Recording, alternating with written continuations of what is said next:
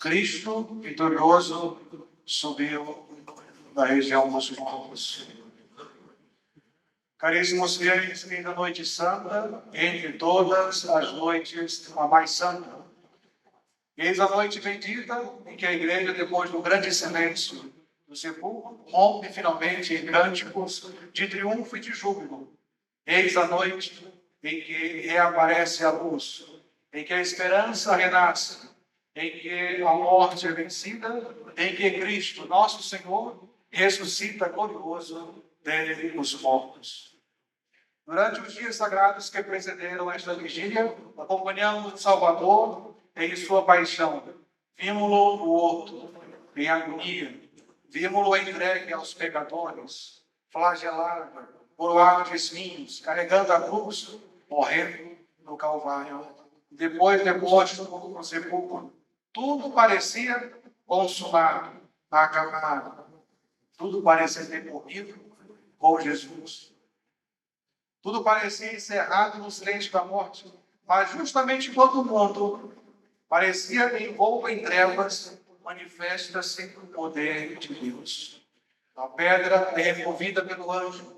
O túmulo se abre e Cristo ressuscita glorioso. É por isso que esta noite não é apenas mais uma celebração entre as demais. Esta cerimônia é a mãe de todas as cerimônias sagradas da Igreja Católica. Esta é a noite central do ano litúrgico, a noite da vitória, a noite da nova criação, a noite em que a Igreja, nossa mãe, contempla com santa exultação o triunfo do seu esposo divino, Jesus. Se o Natal nos mostra o Filho de Deus nascendo segundo a carne, a Páscoa mostra-nos esse mesmo Filho renascendo, vencendo a morte e abrindo-nos as portas da vida eterna. A ressurreição de nosso Senhor é, antes de tudo, a confirmação gloriosa de tudo aquilo que Ele fez e ensinou. Os homens puderam escarnecê-lo, condená-lo, crucificá-lo, encerrá-lo no túmulo, mas não puderam rendê-lo na morte. Aquele que foi pregado na cruz é o mesmo que hoje se levanta glorioso. Se entregou quando quis, e quando quis, se levantou do sepulcro no terceiro dia. Aquele que foi desprezado pelos homens é conhecido hoje pelo Pai como vencedor. Aquele que parecia ter dado o derradeiro instante de sua vida, mostra-se agora, nesta noite, como Rei, Senhor, Juiz dos vivos e dos mortos. A ressurreição, caríssimos irmãos, é também a vitória da verdade. O mundo frequentemente constrói suas esperanças sobre as aparências humanas. Força, prestígio, riqueza, aplauso, poder. Mas no mistério de Cristo, vemos outra lógica, a lógica divina. Nosso Senhor venceu não pela violência, mas pela mansidão. Não pela soberba, mas pela sua própria humilhação. Não pela fuga do sofrimento, mas pela obediência até a morte e morte de cruz. E assim Deus quis ensinar-nos que a verdadeira vitória não nasce de sempre vencer, de não sofrer, de exaltar-se, mas da fidelidade. Cristo reina porque se humilhou. Cristo vive porque ele se ofereceu. Cristo triunfa porque amou os seus que estavam no mundo até o fim. Caríssimos, a Páscoa não é somente a recordação de um prodígio do passado. Ela é também um mistério que deve transformar a nossa vida. Cristo não ressuscitou para ser apenas admirado de longe. Ressuscitou para que, unidos a Ele, também nós ressuscitemos hoje, espiritualmente. Se a Quaresma foi o tempo de penitência, se a Semana Santa foi o tempo da compaixão com Jesus, a Vigília Pascal é o tempo da nossa renovação interior. Hoje, a Igreja nos chama a sair das trevas, a abandonar o pecado, a retomar com generosidade a vida da graça que nos é oferecida gratuitamente. Não temos nada em nós que exija de Deus o prêmio da graça divina. Mas Jesus, como estado, nos dá essa sua graça por amor. Por isso, a liturgia desta noite começa com a luz que brilha das trevas, o fogo novo, o círio pascal, as chamas que se comunicam. Tudo isso é cheio de profundo simbolismo. Cristo é a luz do mundo. Sem Ele, a escuridão na inteligência, desordem na nossa vontade, instabilidade no nosso coração. Sem Ele, o homem vagueia entre o erro e as paixões. Com Ele, porém, tudo se esclarece. A vida recebe sentido, a dor recebe valor, a morte perde seu aguilhão e o céu se torna a meta da verdadeira existência cristã. Nesta vigília, a Igreja convida a cada fiel a recordar a sua própria dignidade batismal. Não somos homens como quaisquer, não pertencemos ao mundo, não fomos feitos para o pecado.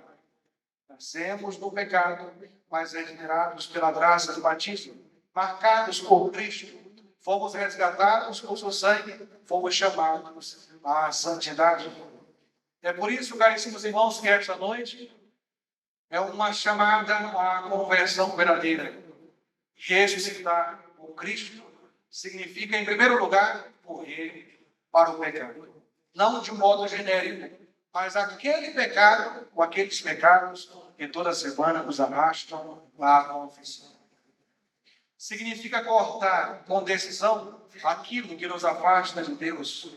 Significa renunciar não apenas ao pecado grave, mas também à tibieza deliberada, à negligência espiritual, à confissão mal feita, feita apenas por costume, à comunhão sem fervor, à oração abandonada, às ocasiões perigosas, à linguagem dissoluta, às concessões que fazemos ao espírito imundo. A Páscoa não é enfeite, não é ornamento da nossa vida, como diz o próprio nome, o próprio conceito. É passagem, é saída, é ruptura, é renovação. Ressuscitar com Cristo significa também elevar o coração. A igreja nesses dias pascais repetirá a grande exaltação do apóstolo a cada um de nós. Buscai as coisas do alto. O cristão pascal não vive arrastado pela terra. Vive no mundo, mas com o coração voltado para o céu. Cumpre seus deveres, trabalha, sofre, serve, combate, mas sempre com os olhos fixos na pátria eterna. Cumpre seus deveres, carrega sua cruz, e assim, de algum modo, merece, na graça divina, a recompensa eterna. A ressurreição de Cristo recorda-nos que fomos feitos para a eternidade. Só Deus pode saciar o coração humano, como já dizia Santo Agostinho. Ainda, caríssimos irmãos, nesta noite, outra verdade de grande consolação. A ressurreição de nosso Senhor é o fundamento inabalável da nossa esperança. No mundo marcado de tantas dores, escândalos, infidelidades, cruzes, tanto as cruzes pessoais como as cruzes coletivas, da família, da comunidade, da igreja, nós podemos todos desanimar, mas a Páscoa destrói o nosso desespero. A pedra da nossa vida hoje é removida. O túmulo em que nos colocamos hoje fica vazio, pois Cristo vive em nós. É porque Cristo vive, a graça pode vencer o pecado, a verdade pode vencer o erro, a santidade para cada um de nós, no estado de vida em que nos encontramos, é possível e mais do que isso, é necessário. A perseverança vale a pena, pois a morte não tem a última palavra. Que grande consolo para nós. Nada do que se sofre por Cristo é inútil. Nenhuma lágrima oferecida a Deus é esquecida. Nenhuma fidelidade é escondida deixa de ser vista pelo Pai que vê o segredo. Nenhuma cruz carregada com paciência ficará sem sua devida recompensa. A ressurreição ilumina retrospectivamente toda a paixão. Hoje, nós podemos entender por que Jesus aceitou tantos sofrimentos. E assim também será conosco. Se formos fiéis nesta noite, Deus nos fará participar da sua luz admirável. Se perseverarmos na cruz, participaremos também da sua glória. Se morrermos com Cristo para o pecado, viveremos para Ele, com Ele, na eternidade. Caríssimos, a alegria desta noite deve ser profunda em nossa alma, deve ser sobrenatural, deve ser reverente. Nesta noite, cada um de nós deve renovar no íntimo do coração a sua entrega a Cristo. Devemos pedir que ressuscite em nós tudo aquilo que Ele nos deu e que agora se encontra morto. A oração esquecida, a pureza enfraquecida, o fervor perdido, a generosidade abatida, a confiança em Deus tantas vezes diminuída. Devemos pedir com confiança e humildade que afaste de nós as trevas do pecado, da mediocridade espiritual ou da tibieza. Devemos pedir, enfim, a graça de viver como verdadeiros filhos, ressuscitados pela sua graça no nosso batismo, que hoje renovamos. E não esqueçamos, mais uma vez, da cena final, a Santíssima Virgem Maria. Nós ouviremos a partir de hoje, a começar com essa Santa Missa, o relato das aparições de Jesus. Em nenhuma aparição disse que Jesus foi até Nossa Senhora. No entanto, no grande silêncio do sábado, quando os apóstolos estavam dispersos e abatidos, só Maria permaneceu em casa, em silêncio e em segredo, porque sabia o que iria acontecer. Os apóstolos se esqueceram que depois da morte, no terceiro dia, Nosso Senhor iria se levantar, mas Maria não. As mulheres foram ao túmulo e puderam ver o anjo. Madalena irá ao túmulo e poderá ver Jesus. Mas pergunto, desde o momento que Jesus ressuscitou, até o momento da sua primeira aparição relatada no Evangelho, onde ele estava? A Bíblia não diz, mas a tradição o afirma com clareza. Jesus foi, em primeiríssimo lugar, ver a sua mãe. Ela que calou para São José o mistério de Deus, é muito compreensível, dentro desse ponto da própria gravidez, que Deus não deu autorização para ela comentar com São José, porque ela comentaria essa visita de Jesus. No entanto, não podemos duvidar de que a primeira a quem ele visitou foi justamente a sua mãe. Peçamos, portanto, à Virgem Santíssima, fidelíssima a Jesus, que nos obtenha um coração pascal, um coração recolhido, puro, firme, obediente, desprendido da terra e inteiramente voltado para o seu divino Filho. Caríssimos irmãos, nesta noite santíssima, a Igreja anuncia ao mundo com certeza e júbilo: Cristo ressuscitou verdadeiramente. Esta é a verdade que sustenta a nossa fé. Esta é a verdade que dá sentido ao nosso combate diário.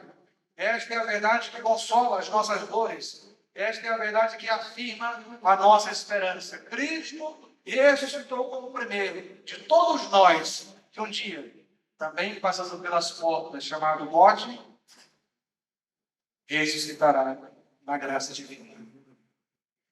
Esta é a verdade que devemos levar para a nossa vida. Vivamos, pois, como ressuscitados desde já.